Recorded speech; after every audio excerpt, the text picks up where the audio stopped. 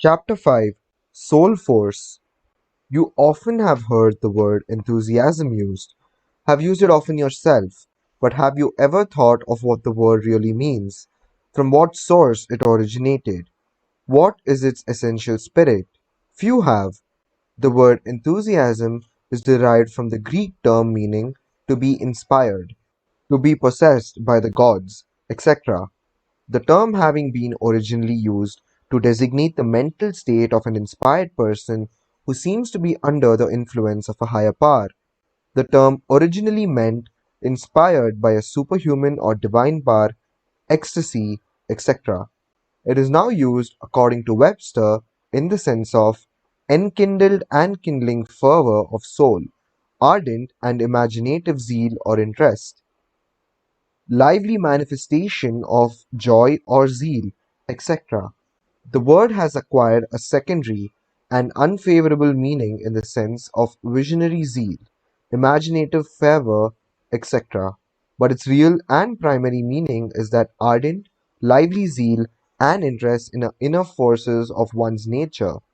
Real enthusiasm means a powerful mental state exerted in favor of or against some idea. A person filled with enthusiasm seems indeed to be inspired by some power or being higher than himself. He taps on to a source of power of which he is not ordinarily conscious, and the result is that he becomes as a great magnet radiating attractive force in all directions and influencing those within his field of influence. For enthusiasm is contagious, and when really experienced by the individual renders him a source of inductive power and a central of mental influence. But the power with which he is filled does not come from an outside source. It comes from certain inner regions of his mind or soul, from his inner consciousness.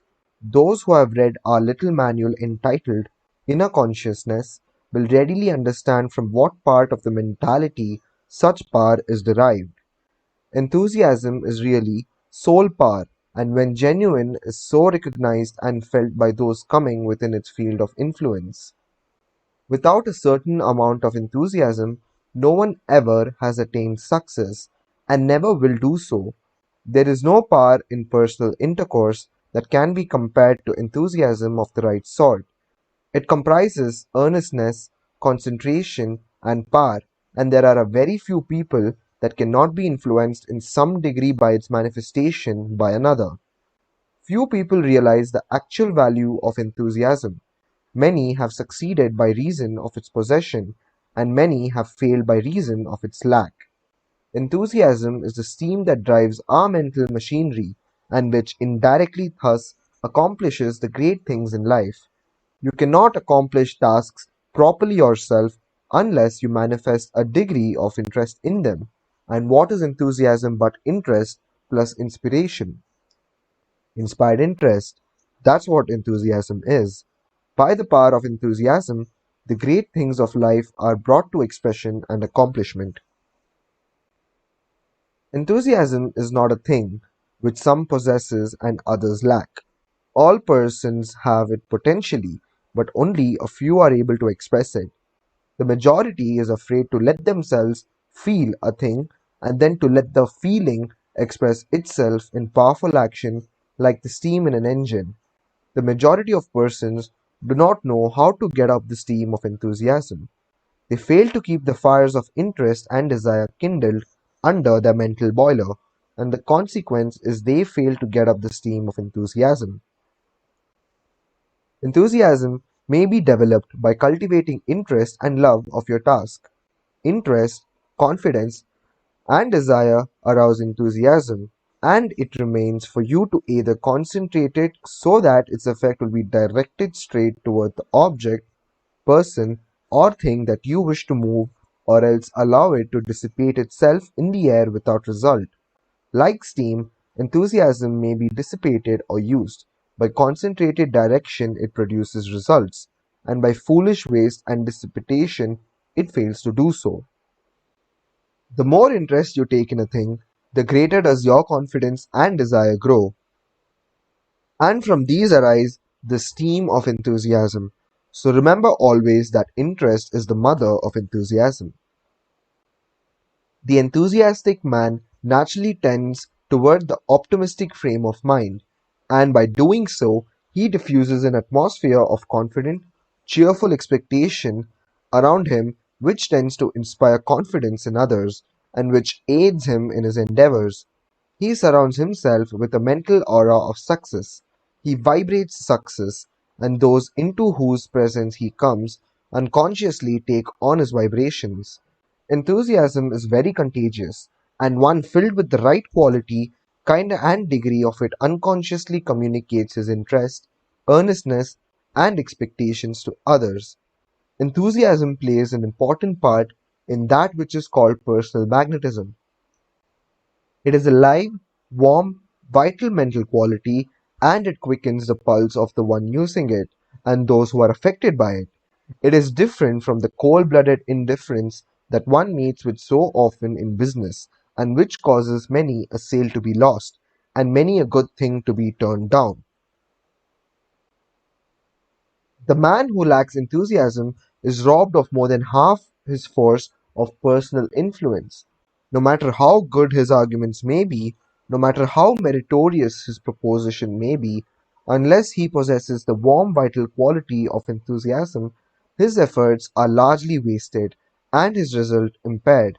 Think over the salesmen who have approached you and remember how some of them produce the chilling effect of a damp cellar upon you, while others caused you to sit up and take notice in spite of yourself by reason of their earnest interest and enthusiasm. Analyze the impression produced upon you by the different people with whom you have come in contact, and then see how great an influence enthusiasm exerts. And then remember the effect it produces upon yourself when you feel it. Enthusiasm is mental steam. Remember that. A few days ago, there was erected a tablet in one of the great colleges of the land as a memorial to a former student in its halls. This young man saved the lives of 17 people during a great storm on the lake. He swam out after them, one by one, and brought them all in alive. He fainted away from exhaustion, and when he recovered consciousness, his first words were, "Boys, did I do my best?" The words of this young man express the great question that should urge every true seeker after success to so live and act that he may be able to answer it in the affirmative. It is not so much a question of did I do so much or did I do as much as someone else as it is a matter of did I do my best. The man who does his best is never a failure. He is always a success. And if the best should be but a poor pretty thing, still the world will place the laurel wreath of victory upon his brow when he accomplishes it. The one who does his best is never a quitter or a shirker. He stays right on his job until he has bestowed upon it the very best that there is in him to give at that particular time. Such a man can never be a failure. The man who does his best is never heard asking the pessimistic question, "What's the use?" He doesn't care a whole lot about that part of it. His mind is fixed upon the idea that he is on his job, and he is not going to be satisfied with anything less than his best. And when one really is able to answer the great question with an honest, "Yes, I did my best," then verily he will be able to answer the "what's the use" question properly. It is of use to have brought out the best work in oneself, if for no other reason than because it is a man making process, a developer of the self. This infernal "what's the use" question seems to have been invented by some pessimistic imp of darkness to use in discouraging people, making desperate struggles, or leading forlorn hopes. It has brought down many a man into the mire of despondency and failure. Chase it out of your mind whenever it appears, and replace it with the question, "Am I doing my best?" knowing that an affirmative answer settles the other question also. Anything is of use if it is in the right spirit, in a worthy cause, and because one's own manhood demands it. Yes, Even if one goes down to death in the doing of it, still it is a success. Listen to this story, told in a recent magazine article. It is a story of a sailor on the wreck of a German kerosene steamer which dashed against the rocks of the Newfoundland coast in the early part of 1901. She had taken fire and had been run ashore on a submerged reef about an eighth of a mile from the coast. The coastline itself was a wall, some 400 feet high. When morning dawned, the fisherman on shore saw that her boats were all gone, and all the crew and officers had apparently been lost, all except three men. Two of these three men were standing on the bridge.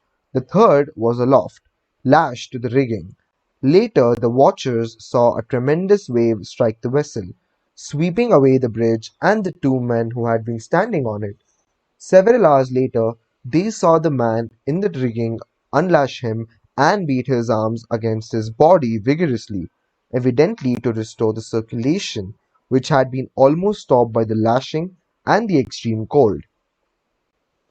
The man then took off his coat, waved it to the fishermen on top of the cliff, and then plunged into the sea. The first thought was that he had given up the fight and committed suicide, but he was not that kind of a man. He struck out for shore, and reaching it made three separate attempts to secure a foothold on the rocks at the bottom of the cliff. But he failed. Three times was he swept away by the surf, and finally, seeing the futility of his efforts, he swam away again toward the ship. As the narrator well says, at that crisis in the struggle, 99 men out of 100 would have given and allowed themselves to drown. But this man was not a quitter.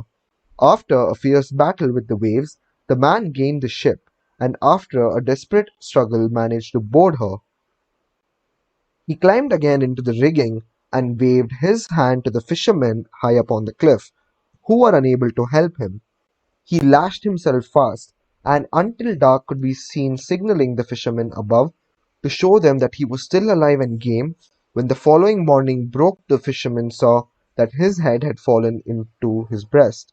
He was motionless, frozen during the night. He was dead. His brave soul had gone forth to meet its Maker, and who can doubt that when the man confronted his Maker, his eyes were looking firmly and bravely toward the presence, and not bowed down in shame or fear. Such a man was indeed worthy to face his Maker, unabashed and unashamed.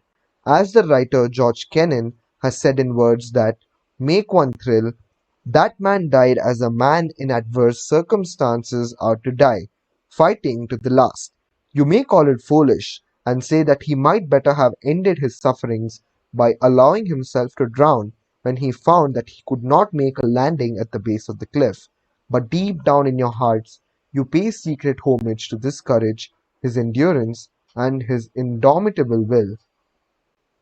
He was defeated at last, but so long as he had consciousness, neither fire, nor cold, nor tempest could break down his manhood. The Caucasians have a favorite proverb that says, heroism is endurance for one moment more, and that one moment more tells the difference between the quitter and the man who has done his best.